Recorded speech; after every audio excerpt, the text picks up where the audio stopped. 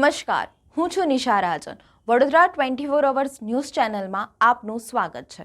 જોઈએ આજના સમાચાર. વડોદરા શહેર ભારતીય જનતા પાર્ટી દ્વારા વીર બાલ દિવસનું આયોજન કરાયું, જ્યારે માંજલપુર વિધાનસભામાં વોર્ડ નંબર 16, 17, 18, 19 નું આયોજન કરવામાં આવ્યું, જ્યારે બાળ રેલીમાં માંજલપુર વિધાનસભાના ધારાસભ્ય યોગેશ પટેલ, વિસ્તારના કાઉન્સિલર, પૂર્વ મેયર નિલેશ રાઠોડ, દંડક શૈલેષ પાટીલ, માંજલપુર વિધાનસભાના અને ભારતીય જનતા પાર્ટીના કાર્યકરો ઉપસ્થિત રહી બાળ રેલીમાં યોજાય.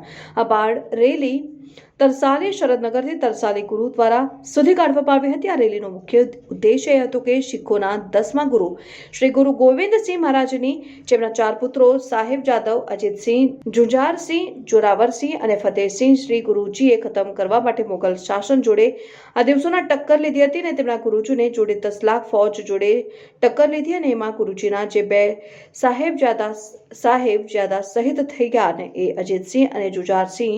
આ લડાઈ દરમિયાન ગુરુજીનો પરિવાર 3 દિશામાં વહેંચાઈ ગયો હતો અને આ દરમિયાન ગુરુજીના માતાજી, 2 નાના પુત્રો સાહેબજાદા જોરાવરસિંહ અને ફતેહસિંહનો મુગલ શાસન દ્વારા ઠંડા મૂરજામાં કેદ કરી દેવામાં આવ્યા, જેમાં 2 સાહેબજાદાએ વઝીર ખાનની કચેરીમાં ત્રાસ આપીને ધર્મ કબૂલ કરવા માટે પ્રયત્નો આપ્યા, પરંતુ બંને સાહેબજાદા આ વાત કબૂલ નહીં કરતા વઝીર ખાને બંનેની દિવાલમાં ચણાવવાનો ફતવો જાહેર કરી દેવામાં આવ્યો, જેમાં બંને સાહેબજાદા આ દિવસોમાં જ શહીદ થઈ ગયા હતા અને આ દિવસોમાં ગુરુજીના 4 સાહેબજાદા અને માતા શહીદ થઈ ગયા હતા, જેને લઈને આજ રોજ વીર બાળ દિવસ ઉજવવામાં આવ્યો. આજે પ્રભાત રેલી નથી, બાળ રેલી છે. ખાસ કરીને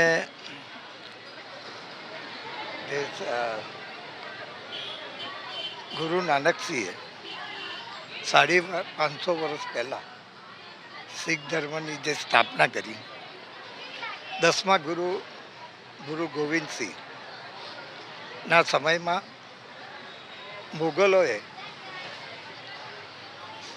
શીખ સમાજ ઉપર જે હુમલા કર્યા, હિન્દુ ધર્મ ઉપર હુમલા કર્યા, ત્યારે ગોવિંદસિંહજી મહારાજે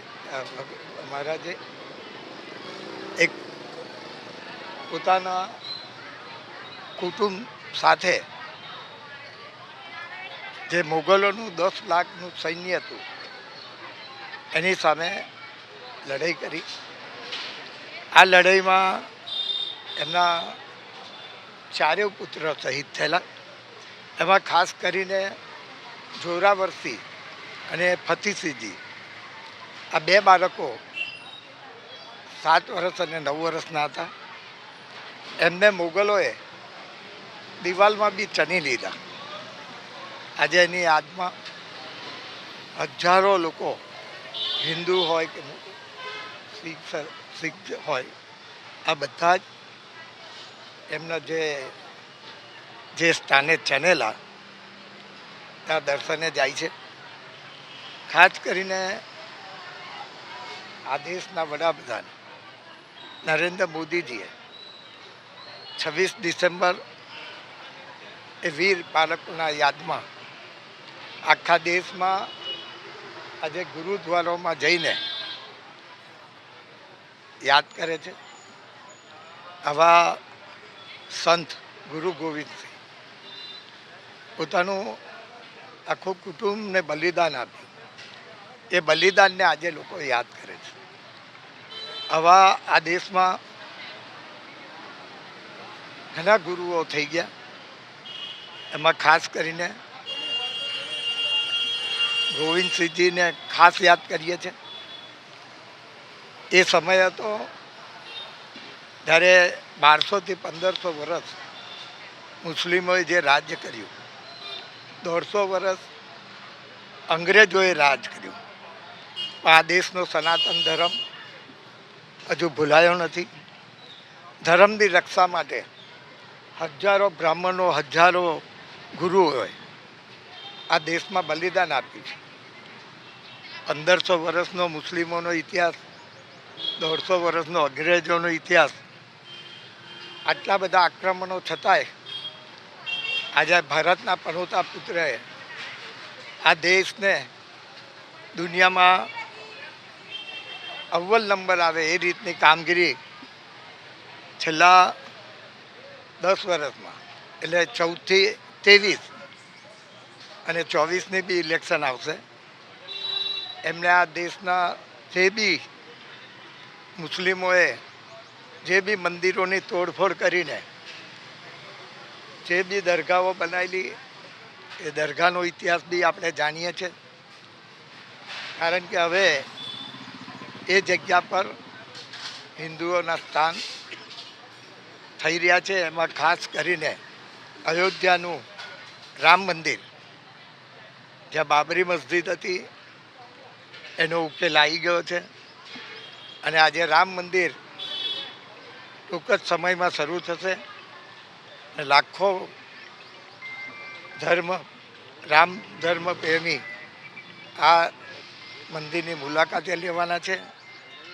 એટલે આ દેશના વડાપ્રધાન નરેન્દ્ર મોદીજીએ ઇતિહાસને દોહરાયો છે અને ઇતિહાસમાં જે ખોટું થઈ રહેલું હતું એને સાચું કરવા માટે પ્રયત્ન કરી રહ્યા. वाहिगुरु जी का खालसा वाहिगुरु जी की फतेह। सिख पंथ में हमारे दसम पातशाह गुरु गोबिंद सिंह महाराज हुए हैं और उनके 4 बच्चे थे, बाबा अजीत सिंह जी, बाबा जुझार सिंह जी, बाबा जोरावर सिंह जी और बाबा फतेह सिंह जी।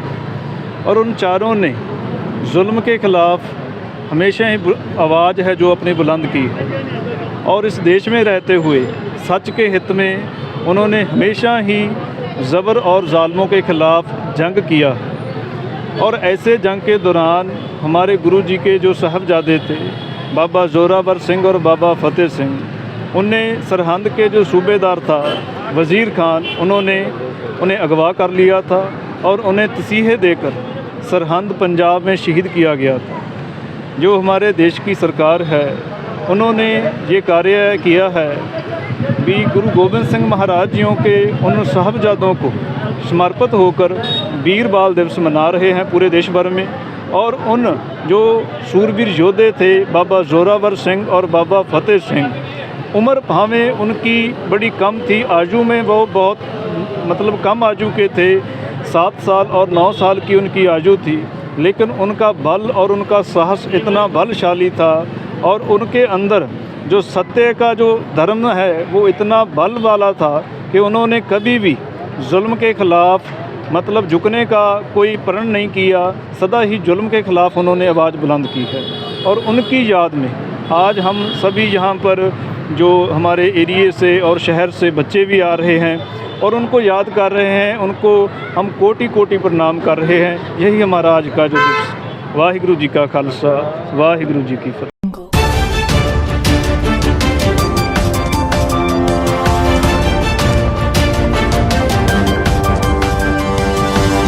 Audio Jungle.